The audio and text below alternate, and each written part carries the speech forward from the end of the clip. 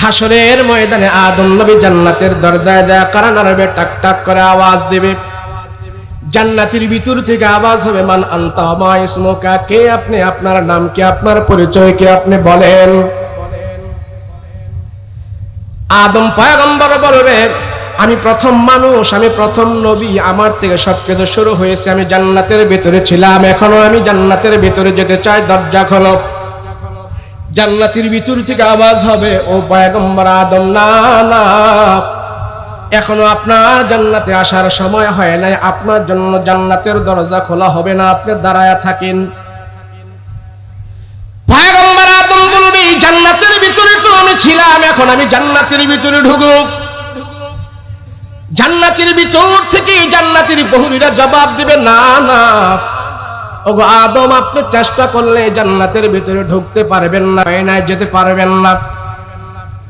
এবার নূহ পয়গম্বর যায় জান্নাতের দরজায় কারা নাড়বে, জান্নাতের দরজা খোলো, আমি পয়গম্বর নূহ জান্নাতের ভিতরে ঢুকবো। জান্নাতের ভিতর থেকে আওয়াজ হবে, আপনার আসার এখনো সময় হয় নাই, এই জান্নাতের ভিতরে ঢোকার জন্য আপনারও এখনো সময় হয় নাই, জান্নাতের বাহিরে থাকেন, দরজা আপনার জন্য খোলা হবে না। ইব্রাহিম নবী যায় জান্নাতের দরজায় কারা নাড়বে, আমি আল্লাহর খলিল, আমি আল্লাহর বন্ধু, আল্লাহ আমার বন্ধু, আমি আল্লাহর জন্য আগুনের মধ্যে ঝাঁপ দিয়েছি, এই জান্নাতের ভিতরে আমি ঢুকতে চাই। জান্নাতের ভিতর থেকে আওয়াজ হবে, ও পয়গম্বর ইব্রাহিম, জান্নাতে আসার আপনার এখনো সময় হয় নাই, জান্নাতের দরজা আপনার জন্য এখনো খোলা হবে না, যান যান, আপনি বাহিরে থাকেন, এখনো আপনার জন্য জান্নাতের দরজা ওপেন করা হবে না।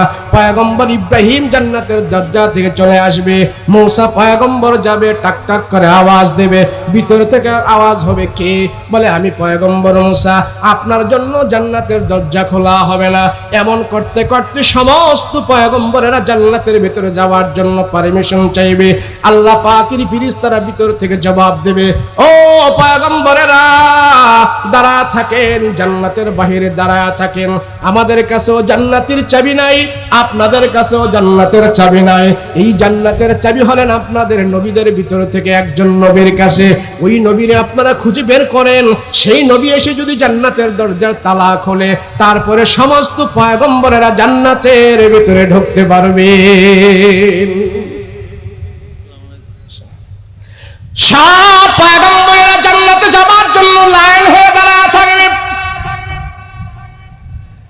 সব পয়গম্বরেরা এখন একে অপরের তাকে দেখাদেখি করতে থাকবে, একে অপরের কাছে চাইবে। সব পয়গম্বর এখানে আছে, রাহমাতুল লিল আলামিন, সরদার দু আলম নবী আমার মুহাম্মদুর রাসূলুল্লাহ কোথায়? সমস্ত নবীরা তাকায় দেখবি, তারা যে সারিবদ্ধ হয়ে জান্নাতের জন্য দাঁড়ানো আছে, জান্নাতে যাওয়ার জন্য নবী মুহাম্মদ নাই নাই। সমস্ত পয়গম্বরেরা তাকাতাকি করতেছে, আমরা সবাই এখানে আছি, নবীজি কোথায়? আখির জামানার নবী কোথায়? নবী কোথায়? আব্দুল্লাহর বেটা মোহাম্মদ কোথায়? শেষ নবী শ্রেষ্ঠ নবী কোথায়? রাহমাতুল লিল আলামিন কোথায়? সবাই খোঁজাখুঁজি করতেছে, কোথায় কোথায়, পায় না পায় না, খুঁজে পায় না।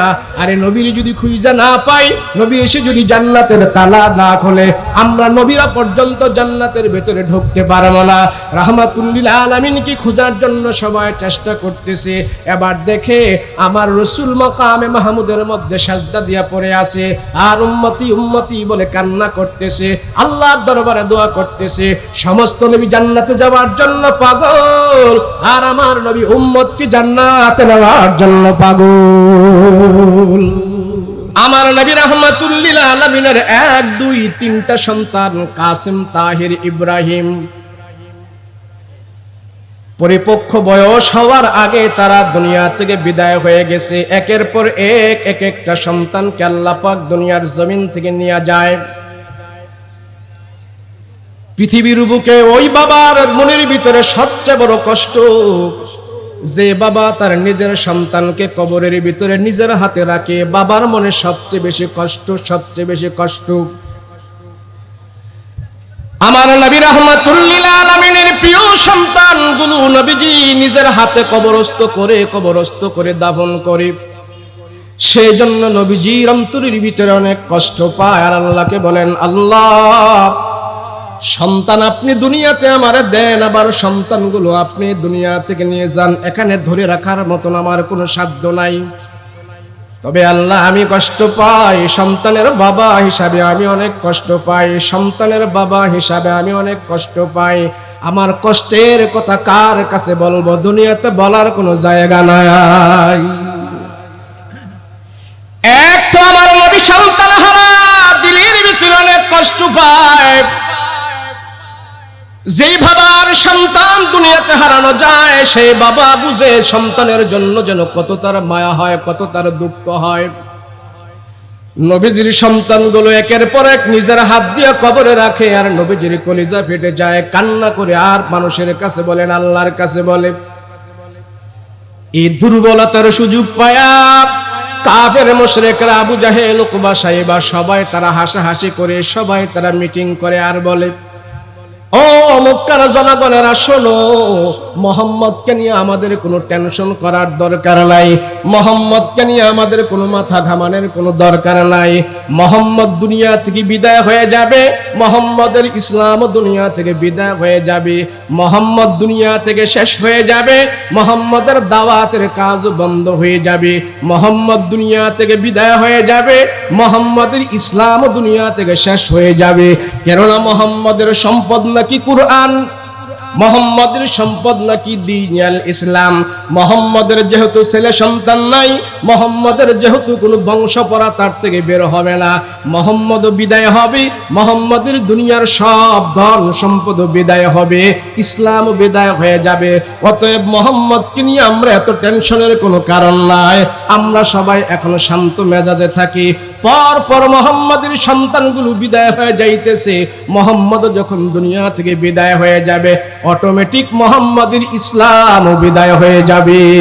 কেননা মুহাম্মদ হলো আফতার, মুহাম্মদ হলো লেসকাটা, মুহাম্মদ হলো কুরাইশা, মুহাম্মদ হলো খারাপ মানুষ, তার রাশি ভালো না, তার ফল ভালো না, তার শেষ ভালো না, সন্তান হয়ে হয়ে দুনিয়া থেকে বিদায় হয়ে যাইতেছে। আর এই কথা বলে বলে কাফের মুশরিকরা যখন নাকি আমার পয়গম্বরকে তুহমত দিতেছে, নবীজির চোখের পানি টপ টপ করে পড়া আরম্ভ করে দিয়েছে। আয় আল্লাহ, আমার সন্তান দুনিয়া থেকে বিদায় হয়ে যায়, এই দুঃখ আমি দুনিয়ার কোনো মানুষের কাছে বলতে পারি না। আবার কাফের মুশরিকরা আমাকে বলে আফতার, আমাকে বলে লেসকাটা, তারা আমাকে অপবাদ দেয়।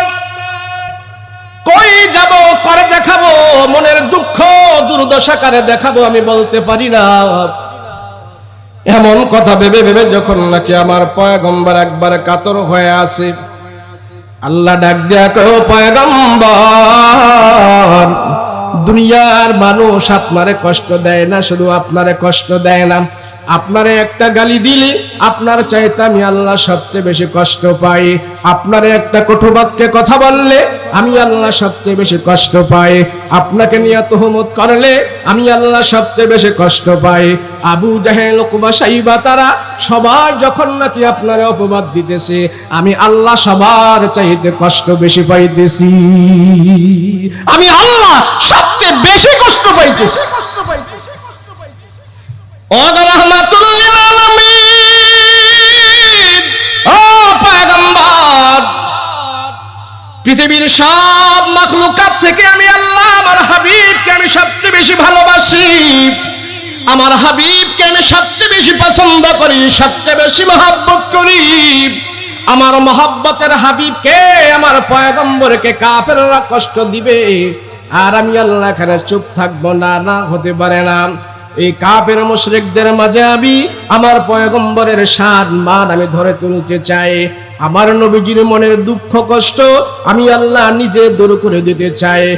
রাহমাতুল লিল আলামিন, আমি আল্লাহ সবচেয়ে বেশি ভালো জানি, আপনার সন্তানগুলো বেঁচে থাকলে আপনার ভালো হবে না খারাপ হবে, আমি আল্লাহ এটা সবচেয়ে ভালো জানি, আমি আল্লাহ ভালো বেশি জানি। সেই জন্য আমি আল্লাহ আপনার সন্তানগুলোকে দুনিয়া থেকে নিয়ে যাই, আমি আল্লাহ সবচেয়ে ভালো জানি। হয়তো সাময়িকের জন্য আপনার মনে কোনো দুঃখ কষ্ট থাকে, আমি আল্লাহ কষ্ট দূর করার জন্য আপনার কাছে আমি একটা সূরা পাঠাইলাম। এ জিবরাইল যাও আমার পয়গম্বরের কাছে যায় 3 আয়াত বিশিষ্ট সূরাটা তুমি তেলাওয়াত করতে থাকো। নবীজির কাছে এই মুহূর্তে কাফের মুশরিকরা যখন পয়গম্বরকে গালিগালাজ করে নবীজির মনে কষ্ট দিয়েছে, এমন মুহূর্তে জিবরাইল আমিন সূরা কাউসার নাজিল করে নবীজির সামনে আয়াত তেলাওয়াত করলেন। পুরাটা সূরা পয়গম্বরের কাছে যখন নাকি তেলাওয়াত করলো, নবীজির মনে আনন্দ ফুটে উঠলো, নবীজির মনের দুঃখ দুর্দশা চলে গেল।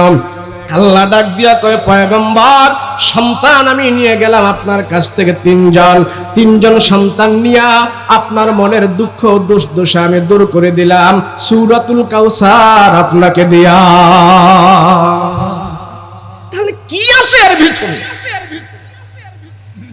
রাসূলের সন্তান আল্লাহ নিয়ে আবার রাসূলকে বলতেছে আপনার দিলের যন্ত্রণা দুঃখ দূর করে দিতেছি আমি এই সূরা কাউসার দিয়ে। তাহলে রাসূলের সন্তানের চাইতেও আরো প্রিয় জিনিস আল্লাহ এই সূরার ভিতরে দান করেছেন। সুবহানাল্লাহ। কি আছে?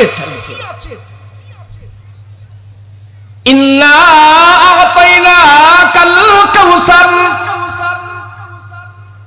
মুফাসসিরিন কেরাম বলেন কাউসার শব্দের অর্থ হলো 40টার উপরে, মোটামুটি চারটা ব্যাখ্যা সব তাফসীরওয়ালায় 4টা ব্যাখ্যা করেছেন। কাউসারের ব্যাখ্যা 4টা ব্যাখ্যা করেছেন সব তাফসীরওয়ালায়। 1 নম্বরে হলো হাউজে কাউসার, 1 নম্বরে হলো হাউজে কাউসার। 2 নম্বরে হলো এই জামানায় আর পর জামানায় যত নবী আসছে, আমাদের নবী থেকে নিয়ে যত নবী দুনিয়াতে আসছে, সমস্ত নবীর উম্মত যত যা হবে, আমার নবীর উম্মত হাসরের ময়দানে সবচেয়ে বেশি হবে। কাউসারের 2 নম্বর ব্যাখ্যা হলো নবীর উম্মত বেশি হবে। 3 নম্বরের ব্যাখ্যা হলো উম্মতের উলামায়ে কেরামকে আল্লাহ পাক নবীজির রূহানি সন্তান বানায়া দিয়েছে। 4 নম্বরের ব্যাখ্যা হলো ওগো নবীজি আমি আল্লাহ আপনার সন্তান হারায়া, আপনি আপনার সন্তান হারায়া যে মনের ভিতরে দুঃখ পাইছেন, সেই দুঃখ দূর করার জন্য আমি আপনার সম্মান বাড়ায়া দিয়েছি। আমি আল্লাহ খুশি হইয়া ওই 8টা জান্নাতের দরজার যত চাবি আছে সমস্ত চাবিগুলো আপনার হাতে দান করে দেব। সন্তান নিয়ে গেলেন 3 জন, আর আল্লাহ খুশি হয়ে সন্তান নেওয়ার বিনিময়ে যে জিনিসগুলো দিয়েছেন অত্যন্ত দামি জিনিস। রাহমাতুল লিল আলামিন আপনাকে আমি হাউজে কাউসার, আমার পক্ষ থেকে আপনার জন্য আসছে হাউজে কাউসার। 2 নম্বর হলো উম্মতের উলামায়ে কেরাম আপনার রূহানি সন্তান। 3 নম্বর হলো জান্নাতের চাবি আপনাকে আমি দান করি, চাইতে আপনার উম্মত হবে বেশি। ও পয়গম্বর 3 জন সন্তান যদি আপনার থাকতো তাইলে আপনার সম্মান এত বেশি বাড়তো না, আরো কমতো। কেননা দুনিয়ার একটা প্রথা আছে, মুফাসসিরিন কেরাম লেখেন পীরের ছেলে পীর হয়, রাজার ছেলে রাজা হয়, পীরের ছেলে পীর হয়। দুনিয়াতে আপনি একদিন থাকবেন না, কাফের মুশরিকরা ষড়যন্ত্র করে চক্রান্ত করে আপনার ছেলেকেও তারা নবী বানায়া ফেলবে। সেই জন্য কোনো মানুষ যেন কিয়ামতের আগ পর্যন্ত আপনার সন্তানদেরকে নবী না বানাইতে পারে, আমি আল্লাহ পরিপক্ক বয়স হওয়ার আগে আগে দুনিয়া থেকে আমরা নিয়ে যাই। আমি আল্লাহ আপনার সন্তানগুলোকে নিয়ে গেছি। সন্তান 3 জন নেওয়ার পর আমি আল্লাহ কিয়ামত পর্যন্ত যত মুফাসসির, যত মুফতি, যত মুহাক্কিক, যত আলেম, যত টুপিওয়ালা হবে, যত ইমাম হবে, যত খতিব হবে, সমস্ত আলেমদেরকে আমি আল্লাহ তাআলা আপনার রূহানি সন্তান বানায়া দিলাম। 3 জন থাকলে ভালো হতো নাকি এখন হাজার আলেম ওলামাদেরকে রাসূলের রূহানি সন্তান বানানোর কারণে ভালো হয়েছে? কথা বলেন ঠিক কিনা? কেন?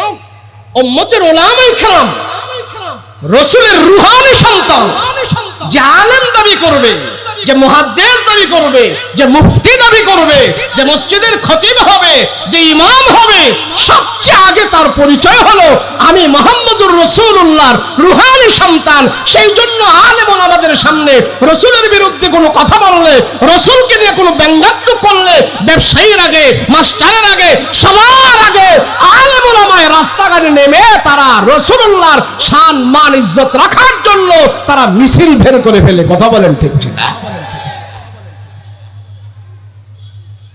যদি নিজের জন্য বলে সেটা না হয় আমরা বুঝতাম, কিন্তু কোন আলেম রাসূলুল্লাহর পক্ষে কথা বলতে গিয়ে যদি জেলখানায় আবদ্ধ হয়ে থাকে, আমরা বলবো সে হক্কানি আলেম, সে রাসূলের জন্য জেলে গিয়েছে। কথা বলেন ঠিক কিনা? তো সন্তান কি তিনজন বানাইলে থাকলে ভালো হইতো, নাকি এখন লক্ষ লক্ষ আলেমদেরকে যে আল্লাহ সন্তান বানাইছে এটা ভালো হয়েছে? আমরা তো দেখি রাজার ছেলে রাজা হয়, যোগ্যতা না থাকলেও রাজার ছেলে রাজা, পড়াশোনা না থাকলে কোরআন হাদিস না জানা থাকলেও পীরের ছেলে পীর হয়ে যায়। তো দুনিয়ার যে ষড়যন্ত্র চক্রান্ত, এই ষড়যন্ত্র চক্রান্তর ভিতরে নবীর ছেলেরও তো ইহুদিরা কাফেররা ষড়যন্ত্র করে নবী বানায় ফেলবে। কথা বলেন ঠিক কিনা? এই পৃথিবীতে ইসলাম, কোরআন, আল্লাহ, রাসূল সবগুলিকে ধ্বংস করার জন্য সমস্ত বাতিল ইহুদিরা এক হয়েছে। এটা এখনো হয়েছে, আগেও হয়েছে, পরেও হবে। কিন্তু কশিন কালেও বাতিলরা যত এক হবে তাদের শক্তি পরিপূর্ণ নয়, ইমানদারের শক্তি শেষ পর্যন্ত লাস্টিং করবে। কেন? আমাদের এই যে মুখ আছে না, সবার সাথে মুখ আছে না, তিন দিক দিয়া দাঁত, এক দিক দিয়া শুধু খোলা, আর এই তিন দিক দিয়া দাঁত এক দিক দিয়া খোলা। এই দাঁতের এত পাওয়ার, আর ভিতরে হলো নরম তরল একটি জিহ্বা। তো দাঁত কামড়ায় কুমড়ায় চিবায়া টাবায়া সব খেয়ে ফেলবে। আচ্ছা, জিহ্বার শক্তি বেশি না দাঁতের শক্তি বেশি? কথা বলেন, জিহ্বার শক্তি বেশি না দাঁতের?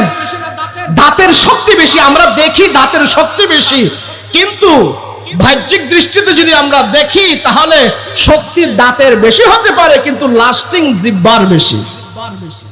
কথা বলেন ঠিক না? আচ্ছা, মরার আগে কি দাঁত পড়ে না জিহ্বা পড়ে?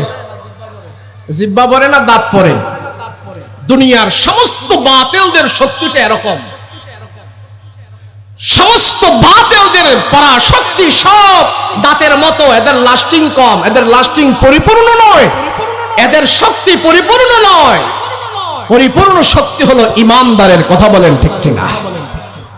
সেজন্য বাতিলরা এখন খুব পরাশক্তি নিয়ে তারা এগুচ্ছে সামনে। কোনো কাজ হবে না। আলহামদুলিল্লাহ, আল্লাহ পাক এই দিনকে টিকানোর জন্য, ইসলামকে পৃথিবীর বুকে উড্ডয়ন করার জন্য লাখো লাখো উম্মতের উলামায়ে কেরামদেরকে রাসূলুল্লাহর রূহানি সন্তান বানিয়ে দিয়েছে। অনেক সময় বাতিল অনেক রূপে আসে, বিভিন্ন সুরতে আমাদেরকে দেখাচ্ছে এটা সওয়াব, এটা নেক। আসলে এটা সওয়াব না, নেক না, এটা গুনাহ, কিন্তু আমরা বুঝতেছি না। ডিব্বার ভিতরে ভইরা কোহিনুর হালুয়া কয়া পাতলা পায়খানা যদি বেচা ফেলে তো এটাও চালাই দিবে। এটার নাম বাংলাদেশ।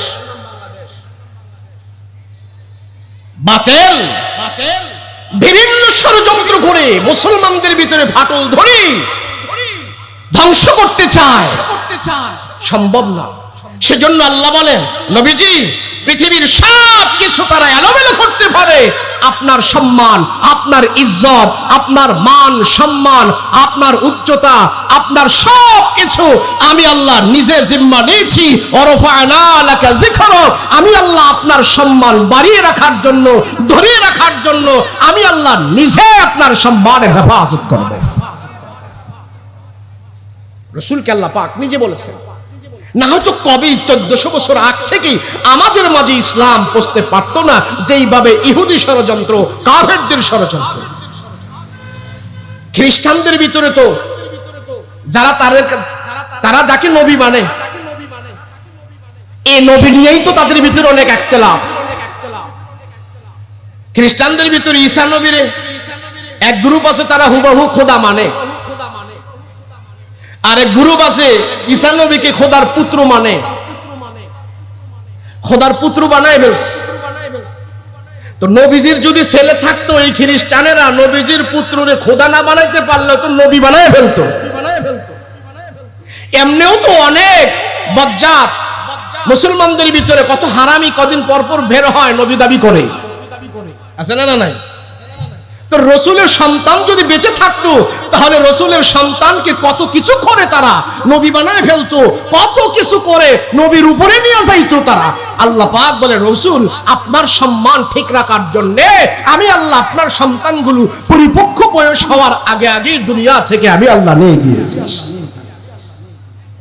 দারুল উলুম দেওবন্দ মাদ্রাসা ভারতবর্ষে সারা বিশ্বের জন্য প্রাচীনতম ইসলামী বিদ্যাপীঠ দারুল উলুম দেওবন্দ মাদ্রাসা।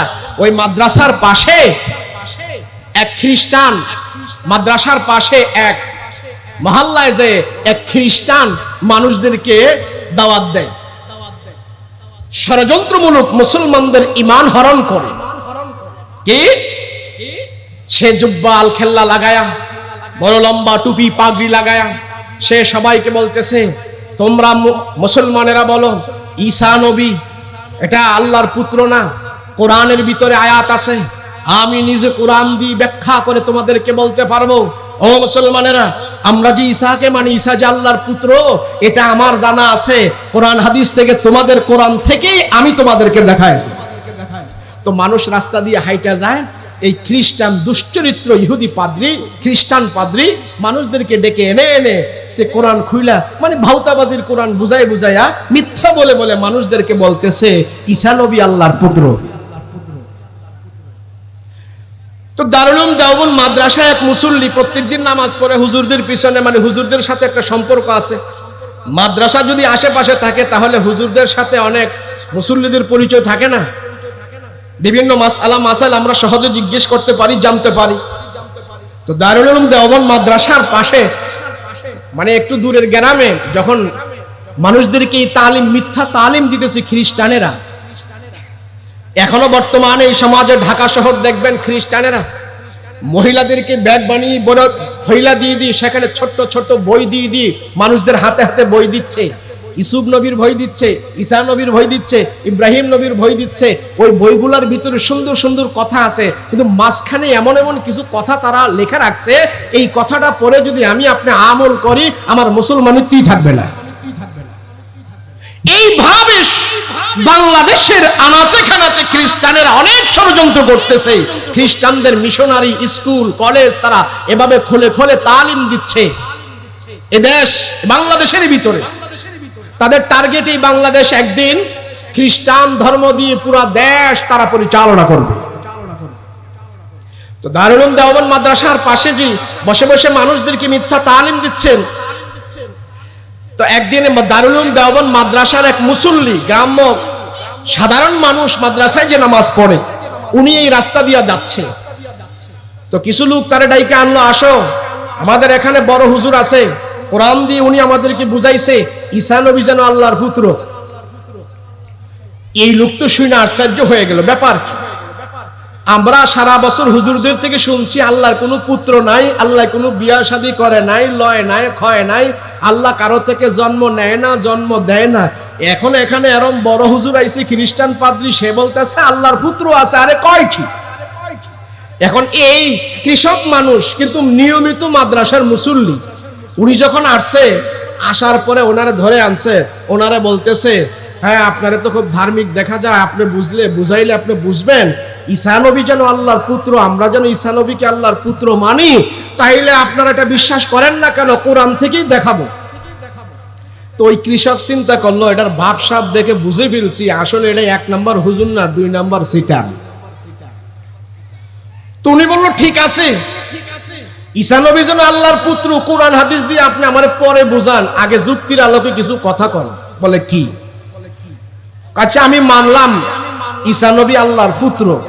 বলে হ্যাঁ। তাহলে তো পুত্র হইলে মায়ের ঘর থেকে জন্ম হয়ে দুনিয়াতে আসছে। বলে হ্যাঁ। তাহলে মা থাকলে তো বাপ হইব। বলে হ্যাঁ। বাপ মা থাকলে তো তাদের একদিন বিয়া শাদী হয়েছে। বলে হ্যাঁ। বিয়া শাদী হইলে তো পরিপক্ক একটা বয়স লাগে। বলে হ্যাঁ। তাহলে বয়স যদি হয়ে থাকে, আল্লাহর পুত্র যদি ঈসা নবী হয়ে থাকে, তাহলে ঈসা নবীর বয়স কত? কৃষক মানুষ জিজ্ঞেস করছে কারে? খ্রিস্টান পাদ্রীরে, তো ঈসা নবীর বয়স কত?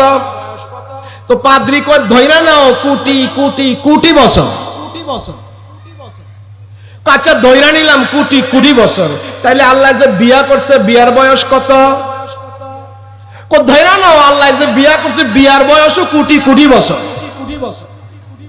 তো 1 কোটি বছর বিয়ে করে আল্লাহ বাচ্চা জন্ম দিছে কয়টা?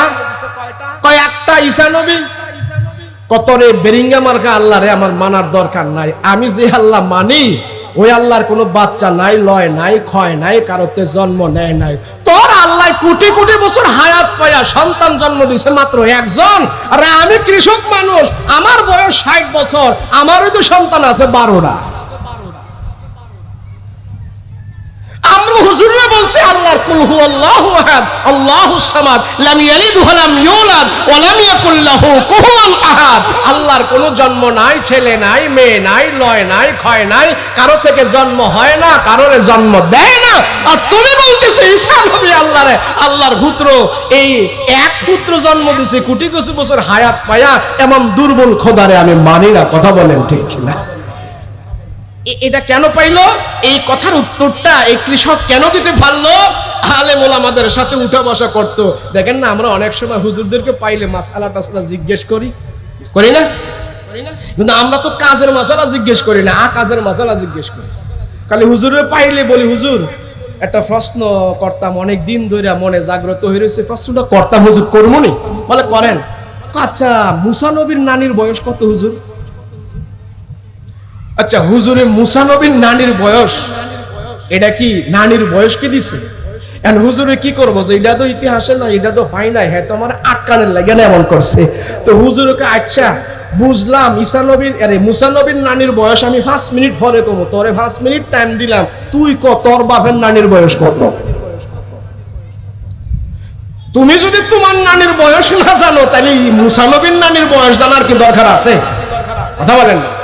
আল্লাহকে এটা জিজ্ঞেস করবেন। আলেম ওলামা পাইলে আপনারা ওযুর মাসালা জিজ্ঞেস করবেন, ঘুমানোর দোয়া জিজ্ঞেস করবেন, রাসূলের একটা সুন্নাত জিজ্ঞেস করবেন।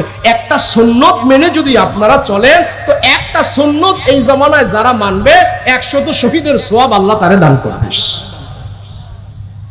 সেজন্য উলামায়ে কেরামদেরকে আল্লাহ আমার রাসূল পাক সাল্লাল্লাহু আলাইহি ওয়াসাল্লামের রূহানি সন্তান বানিয়েছেন।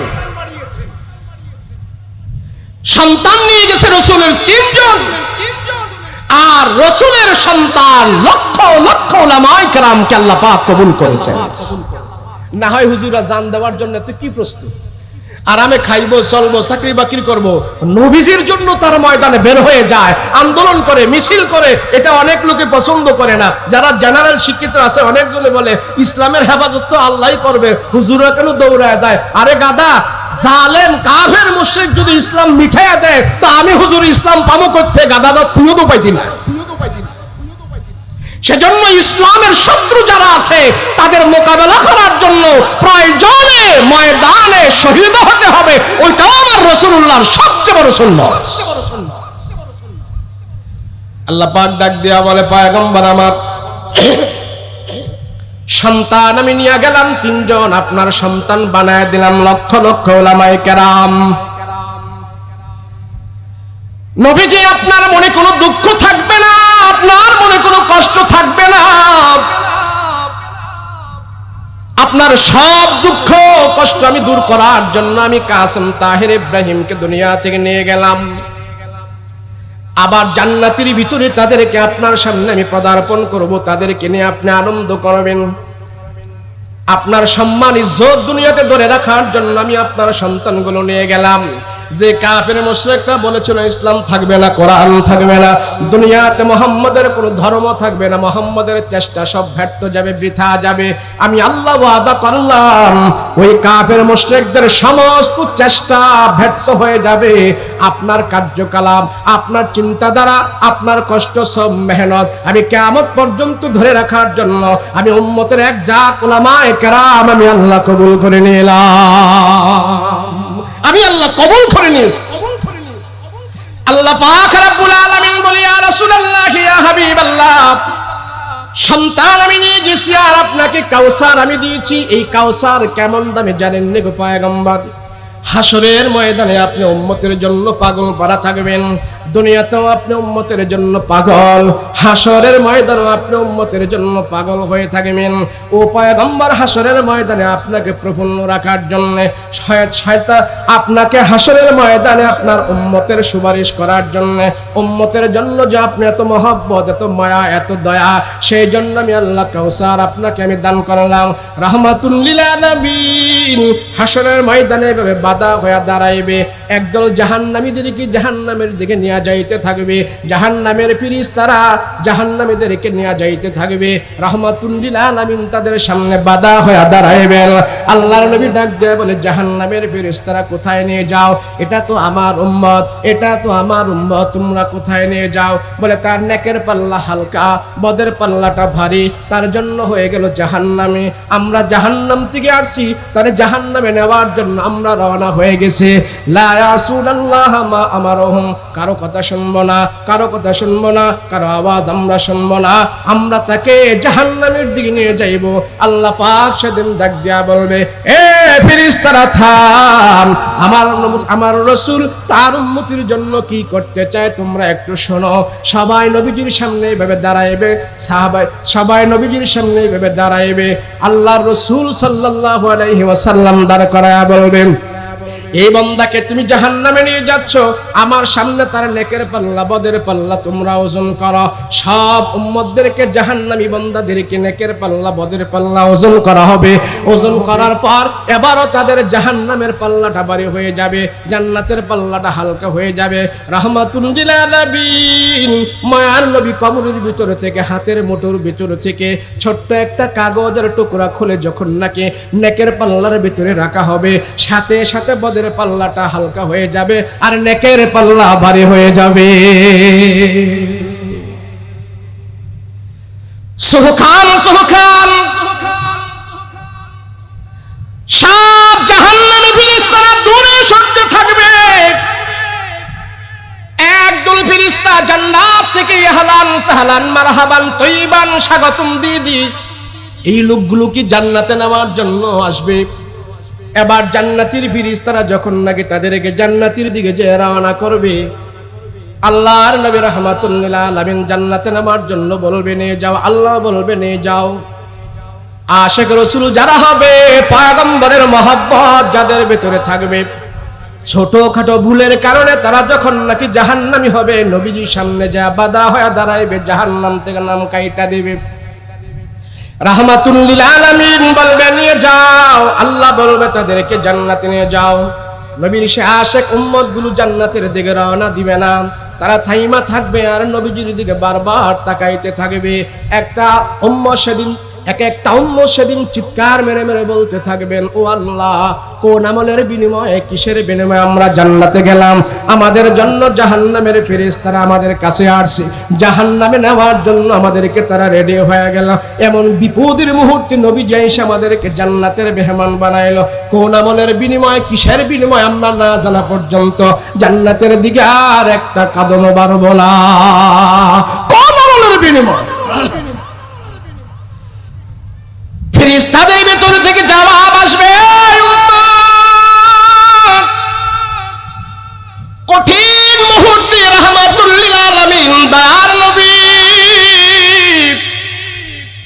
দুনিয়াতে তোমাদের জন্য পয়গম্বর এত পাগল ছিলেন, এত দয়া ছিল, এত মায়া ছিল, আজকে নবীজি তোমাদের জন্য দয়া মায়া নিয়ে তোমাদের সামনে দাঁড়িয়েছে। জানো রে উম্মত, কেন আমি পয়গম্বর তোমার জন্য এত দয়া, এত মায়া? আমি নবীজি তোমাদের জন্য দুনিয়াতেও সব সময় দোয়া করেছি, তোমাদের জন্য সব সময় আমি দোয়া করেছি তোমরা যেন জান্নাতে যাও, আমার একটা উম্মত যেন জাহান্নামে না যায়। নবীজি সব সময় দোয়া করেছেন। আল্লাহর নবী সেদিন হাসরের ময়দানে দাঁড়ায় থাকবে, উম্মতগুলো জান্নাতের দিকে যাবে না, জাহান্নাম থেকে বাঁচায়া যাদেরকে জান্নাতের দিকে নেওয়ার জন্য আল্লাহ পারমিশন দেবে, উম্মতগুলো দাঁড়ায় থাকবে। পয়গম্বর, আমরা কোন আমলের বিনিময়ে, কিসের বিনিময়ে জান্নাতের মেহমান হলাম না জানা পর্যন্ত সময় লড়বো না, না জানা পর্যন্ত এক কদম আমরা সামনে বাড়বো না। আল্লাহর নবীর কথার জবাবে সেদিন উম্মতের কথার জবাবে আল্লাহ পাকের নবী সেদিন বলতে থাকবে, আমি দেখেছি তোমরা হালাল ইনকাম করেছো, হালাল ইনকামের পরে আল্লাহর ফরজিয়াত তোমরা আদায় করেছো, ফরজিয়াত আদায় করার পরে যেইটুকুন সময় তোমরা পেয়েছো, যেইটুকুন সময় পাওয়ার পর তোমরা শাস্ত্রলে আড্ডা দাও নাই, গপ্প গোজরে আড্ডা দাও নাই, আমার রাসূলের ছোট ছোট সুন্নত গুলো মানতা, সময় পেলে তোমরা আমার উপরে দরুদ পড়তা, ছোট্ট দরুদ পড়তা, সাল্লাল্লাহু আলাইহি ওয়াসাল্লাম, আল্লাহুম্মা সাল্লি আলা সাইয়্যিদিনা মুহাম্মদ। এতটুক দুরুদ যখন তোমরা পড়তা, আমি পয়গম্বর তোমাদের দুরুদের হাদিয়াগুলো আমার নোট করে রেখে দিয়েছি, তোমার বিপদের দিনে কাজে লাগার জন্য আমি এটা নোট করে রেখে দিয়েছি। ফাঁকে ফাঁকে সময় আমার শানে, আমার নামে যে দুরুদ তোমরা তেলাওয়াত করতা, ওই দুরুদের আমলগুলো আজকে তোমাদের নেকের পাল্লায় আমি নবী জমা দিয়ে দিয়েছি। আল্লাহর নবী রাহমাতুল লিল আলামিন বলেন, হাসরের ময়দানে আমার উম্মতের গুনাহ প্রচন্ড হয়ে যাবে, আমার রাসূলুল্লাহর প্রেম আর ভালোবাসা থাকার পরেও মানুষটা জাহান্নামে যদি হয়ে যায়, ওই ভালোবাসা প্রেম আর মহব্বত সুন্নত থাকার বিনিময়ে আমি রাসূল তাকে ধরে হাউজে কাউসারের পানি পান করাবো। এই কাউসার আল্লাহ পাক আমার রাসূলকে দান করেছেন। সাথে সাথে কাউসারের পানি পান করার পর এই মানুষটার জীবনের কোনো দুঃখ থাকবে না, জাহান্নাম থেকে নাম কেটে ফেলবে। সাথে সাথে হাউজে কাউসারের পানি পান করার পর আল্লাহর নবীর এই উম্মতকে জাহান্নাম থেকে নাম কাইটা আল্লাহ জান্নাতের মেহমান বানায়া দেবে। এই জন্য নবীজি কাউসার পাওয়ার পর মনে আনন্দ পাইলেন, এই জন্য নবীজি কাউসার পাওয়ার পর দিলের ভিতরে আনন্দ পাইলেন। এই কাউসার দিয়ে হাসরের ময়দানে আমার উম্মতের বিপদের দিনে আমি পয়গম্বর আমার উম্মতকে জাহান্নামের আগুন থেকে বাঁচাতে পারবো। এর জন্য আল্লাহ বলেন, রাসূল আপনার আমি কাউসার দিলাম, এই কাউসার পাওয়ার পর আপনার রাসূল তারপরেও মনে দুঃখ থাকবে না? আপনার সন্তানের চাইতে, আপনার বাবার থেকে, আপনার দেশ থেকে, সব কিছুর থেকে নবীজি আমি জানি সন্তানের প্রতি আপনার, উম্মতের প্রতি আপনার সবচেয়ে বেশি মহব্বত। সন্তানের প্রতি এত মহব্বত নয়, উম্মতের কথা চিন্তা করে আমি আল্লাহ আপনার কাউসার দান করে দিয়েছি। এবার আল্লাহ ডাক দিয়া বলবেন, হাবিব আমার এই কাউসার পাওয়ার পরে আপনার মনে কোনো দুঃখ থাকতে পারবে না, আমি আল্লাহ নিজে আপনাকে কাউসার দান করেছি। মুফাসসিরিনে কেরাম বলেন এই কাউসারের আরেকটা ব্যাখ্যা হতে পারে, সেটা হলো আল্লাহ পাক খুশি হইয়া আমার নবীকে জান্নাতের চাবি দান করেছেন। জান্নাতের চাবি নবীজির হাতে আল্লাহ দান করেছে। জান্নাতের চাবি নিয়া আমার পয়গম্বর হাসরের ময়দানে হিসাব কিতাবের পরে সমস্ত পয়গম্বরেরা জান্নাতের ভিতরে ঢুকতে থাকবে।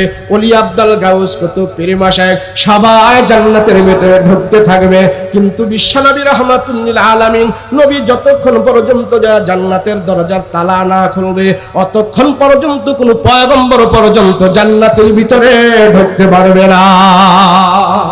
নবীজি জান্নাত আমি এমন মনোরম মনোমুগ্ধকর পরিবেশে আমি আল্লাহ তৈরি করেছি, না কোনো চক্ষু এমন দৃশ্য দেখেছে, না কোনো কান এমন জিনিসের কথা শুনেছে।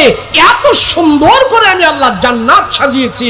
পৃথিবীতে আমি যত মানুষ জিন ইনসান বানিয়েছি সবার ভিতরে আমি আল্লাহ একটা জান্নাতের আকর্ষণ দিয়েছি। এজন্য দেখবেন হিন্দুরাও বলে আমরা মরলে স্বর্গে যাব, মানে জান্নাতে যাব। খ্রিস্টানরাও বলে আমরা জান্নাতে যাব, ইহুদিরাও বলে আমরা জান্নাতে যাব, ইমানদারেরাও বলে জান্নাতে যাব। কেন? জান্নাতের একটা লোভ সমস্ত মানুষের ভিতরে আল্লাহ পাক দান করে দিয়েছে। আদম নবী জান্নাতের ভিতরে যেতে চাইবে। হাসরের ময়দানে আদম নবী জান্নাতের দরজায় যায় কারা নাড়বে, টাক টাক করে আওয়াজ দেবে। জান্নাতের ভিতর থেকে আওয়াজ হবে, মান আনতা মা ইসমুকা, কে আপনি, আপনার নাম কি, আপনার পরিচয় কি, আপনি বলেন। আদম পয়গম্বর বলবে, আমি প্রথম মানুষ, আমি প্রথম নবী, আমার থেকে সবকিছু শুরু হয়েছে। আমি জান্নাতের ভিতরে ছিলাম, এখনো আমি জান্নাতের ভিতরে যেতে চাই, দরজা খোলো। জান্নাতের ভিতর থেকে আওয়াজ হবে, ও পয়গম্বর আদম, না না, এখনো আপনার জান্নাতে আসার সময় হয় নাই, আপনার জন্য জান্নাতের দরজা খোলা হবে না, আপনি দাঁড়ায়া থাকেন। পয়গম্বর আদম বলবে, জান্নাতের ভিতরে তো আমি ছিলাম, এখন আমি জান্নাতের ভিতরে ঢুকব। জান্নাতের ভিতর থেকে জান্নাতের বহুরীরা জবাব দিবে, না না, ওগো আদম, আপনি চেষ্টা করলে জান্নাতের ভিতরে ঢুকতে পারবেন না, যেতে পারবেন না। এবার নূহ পয়গম্বর যায় জান্নাতের দরজায় কারা নাড়বে, জান্নাতের দরজা খোলো, আমি পয়গম্বর নূহ জান্নাতের ভিতরে ঢুকবো। জান্নাতের ভিতর থেকে আওয়াজ হবে, আপনার আসার এখনো সময় হয় নাই। এই জান্নাতের ভিতরে ঢোকার জন্য আপনার এখনো সময় হয় নাই, জান্নাতের বাহিরে থাকেন, দরজা আপনার জন্য খোলা হবে না। ইব্রাহিম নবী যায় জান্নাতের দরজায় কারা নাড়বে, আমি আল্লাহর খলিল, আমি আল্লাহর বন্ধু, আল্লাহ আমার বন্ধু, আমি আল্লাহর জন্য গুণের মধ্যে ঝাঁপ দিয়েছি, এই জান্নাতের ভিতরে আমি ঢুকতে চাই। জান্নাতের ভিতর থেকে আওয়াজ হবে, ও পয়গম্বর ইব্রাহিম, জান্নাতে আসার আপনার এখনো সময় হয় নাই, জান্নাতের দরজা আপনার জন্য এখনো খোলা হবে না, যান যান আপনি বাহিরে থাকেন, এখনো আপনার জন্য জান্নাতের দরজা ওপেন করা হবে না। পয়গম্বর ইব্রাহিম জান্নাতের দরজা থেকে চলে আসবে, মূসা পয়গম্বর যাবে, টাক টাক করে আওয়াজ দেবে, ভিতর থেকে আওয়াজ হবে, কে? বলে, আমি পয়গম্বর মূসা, আপনার জন্য জান্নাতের দরজা খোলা হবে না। এমন করতে করতে সমস্ত পয়গম্বরেরা জান্নাতের ভিতরে যাওয়ার জন্য পারমিশন চাইবে। আল্লাহ পাকের ফেরেশতারা ভিতর থেকে জবাব দেবে, ও পয়গম্বরেরা দাঁড়া থাকেন, জান্নাতের বাহিরে দাঁড়া থাকেন, আমাদের কাছেও জান্নাতের চাবি নাই, আপনাদের কাছেও জান্নাতের চাবি নাই। এই জান্নাতের চাবি হলেন আপনাদের নবীদের ভিতর থেকে একজন নবীর কাছে, ওই নবীরে আপনারা খুঁজে বের করেন, সেই নবী এসে যদি জান্নাতের দরজার তালা খোলে, তারপরে সমস্ত পয়গম্বরেরা জান্নাতের ভিতরে ঢুকতে পারবে। সব পয়গম্বরেরা জান্নাতে যাবার জন্য লাইন হয়ে দাঁড়ায় থাকবে। সব পয়গম্বরেরা এখন একে অপরের তাকে দেখাদেখি করতে থাকবে, একে অপরের কাছে চাইবে। সব পয়গম্বর এখানে আছে, রাহমাতুল লিল আলামিন, সরদার দু আলম নবী আমার মুহাম্মদুর রাসূলুল্লাহ কোথায়? সমস্ত নবীরা তাকায় দেখবি, তারা যে সারিবদ্ধ হয়ে জান্নাতের জন্য দাঁড়ানো আছে, জান্নাতে যাওয়ার জন্য নবী মুহাম্মদ নাই। সমস্ত পয়গম্বরেরা তাকাতাকি করতেছে, আমরা সবাই এখানে আছি, নবীজি কোথায়? আখির জামানার নবী কোথায়? নবী কোথায়? আব্দুল্লাহর বেটা মোহাম্মদ কোথায়? শেষ নবী শ্রেষ্ঠ নবী কোথায়? রাহমাতুল লিল আলামিন কোথায়? সবাই খোঁজাখুঁজি করতেছে, কোথায় কোথায়, পায় না, খুঁজে পায় না। আরে নবীর যদি খুঁজে না পাই, নবী এসে যদি জান্নাতের তালা না খোলে, আমরা নবীরা পর্যন্ত জান্নাতের ভেতরে ঢুকতে পারবো না। রাহমাতুল লিল আলামিনকে খোঁজার জন্য সবাই চেষ্টা করতেছে। এবার দেখে আমার রাসূল মাকামে মাহমুদের মধ্যে সাজদা দিয়া পড়ে আছে, আর উম্মতি উম্মতি বলে কান্না করতেছে, আল্লাহর দরবারে দোয়া করতেছে। সমস্ত নবী জান্নাতে যাওয়ার জন্য পাগল, আর আমার নবী উম্মতকে জান্নাতে নেওয়ার জন্য পাগল। সব পয়গম্বরেরা এসে বলবে, ইয়া রাসূলুল্লাহ, মাথা উঠান। আল্লাহ ডাক দিয়ে বলবেন, হাবিব মাথা উঠান, আপনার মাথা উঠান, আমি আল্লাহ আপনার দোয়া কবুল করেছি। এবার সব পয়গম্বরে আমার রাহমাতুল লিল আলামিনকে ধরবে। রাহমাতুল লিল আলামিন নবী আমার যায় জান্নাতের দরজার তালা খুলবে। জান্নাতের দরজার তালা খোলার সাথে সাথে জান্নাতের ভেতর থেকে একটা হাওয়া আসবে। জান্নাতি হাওয়া পেয়ে সমস্ত পয়গম্বরেরা আরম্ভ করতে থাকবে। জান্নাতি হাওয়া যার শরীরের ভিতরে লাগবে, জান্নাতের ভিতর থেকে যে একটা বাতাস প্রথম আসবে। জান্নাতের জন্য যারা কষ্ট করেছে, জাহান্নাম থেকে বাঁচার জন্য যারা কষ্ট করেছে, আল্লাহর হুকুম মানার জন্য যারা কষ্ট করেছে, আল্লাহর হুকুম মানার জন্য যারা জেল খেটেছে, আল্লাহর হুকুম মানতে গিয়ে যারা শহীদ হয়েছে, ইসলামকে প্রতিষ্ঠা করার জন্য যারা জেলখানায় আবদ্ধ হয়েছে, ইসলামকে প্রতিষ্ঠা করার জন্য যারা ময়দানে শহীদ হয়েছে, অনেক কষ্ট করেছে, এই শহীদরা যখন নাকি জান্নাতের ভেতর থেকে একটা বাতাস পাইবে, জান্নাতের বাতাসটা যখন নাকি জান্নাতের শরীরে লাগবে, জান্নাতীদের শরীরের ভিতরে লাগবে, শরীরের ভিতরে লাগার সাথে সাথে আল্লাহ পাক দুনিয়াতে তাদেরকে যত কষ্ট দিয়েছে, মুহূর্তের ভিতরে সব কষ্ট দূর হয়ে গেছে। যখন জান্নাতের ভিতরে মানুষকে দেওয়া হবে, এই মানুষটাকে কর্তন করে তার জবাই করব, তার সামনে তার মৃত্যুটাকে। আমাকে আপনাকে যেদিন আল্লাহ জান্নাত দেবে, মুমিনকে যখন জান্নাত দেবে, জান্নাতের গেটে মুমিনের মৃত্যুটাকে জবাই করে দেওয়া হবে। জবাই করে জান্নাতীকে বলবো, ও জান্নাতী, তোমার মরণ জান্নাতে ঢোকার আগেই ক্যান্সেল করে দেওয়া হয়েছে, কর্তন করে দেওয়া হয়েছে, আর তোমার মরণ হবে না। এখন তোমাকে জান্নাতে ঢুকানো হবে, কোনো কষ্ট হবে না, দুঃখ হবে না, দুর্দশা হবে না, হায়াত কমবেও না, হায়াত বাড়বেও না। আমি আল্লাহ তোমাকে জান্নাতের ভিতরে 33 বছরের হায়াত দিয়া, ইউসুফ নবীর সৌন্দর্য দিয়া, আমি আল্লাহ আবাদুল আবাদ হায়াত দিয়া তোমার জান্নাতের ভিতরে ঢোকায় দিয়েছি। রাসূল বলেন সেই জান্নাতে যাওয়ার জন্য যত পরিমাণ যে কষ্ট করবে, আল্লাহর হুকুম মানবে, জান্নাত তার জন্য তত আগায়া কাছে চলে আসবে। কেন? সমস্ত নবীদেরকে আল্লাহ পাক জান্নাতের প্রথম মেহমান বানাইবেন, প্রধান মেহমান বানাইবেন, আর সমস্ত নবীদেরকে আল্লাহ সবচেয়ে বেশি কষ্ট দুনিয়াতে দিয়েছেন। আসাদুন নাস বালাউল আম্বিয়া। সেজন্য রাসূল বলেন যত অত্যাচার, যত কষ্ট, যত নির্যাতন আমাকে করেছে, আমি আল্লাহর কাছে সুপর্দ করে দিয়েছি, কারোর জন্য আমি প্রতিশোধ দেব না। আমি দুঃখ দুর্দশা সব মাথায় নিয়ে আমি কাফেরদের মোকাবেলা করেছি। আল্লাহর দ্বীন প্রতিষ্ঠা করার জন্য যত গালি দিয়েছে, যত কষ্ট দিয়েছে, সবগুলো গালি এবং কষ্টের জবাব আল্লাহ নিজে সাক্ষী হয়ে তাদেরকে প্রতিহত করেছে।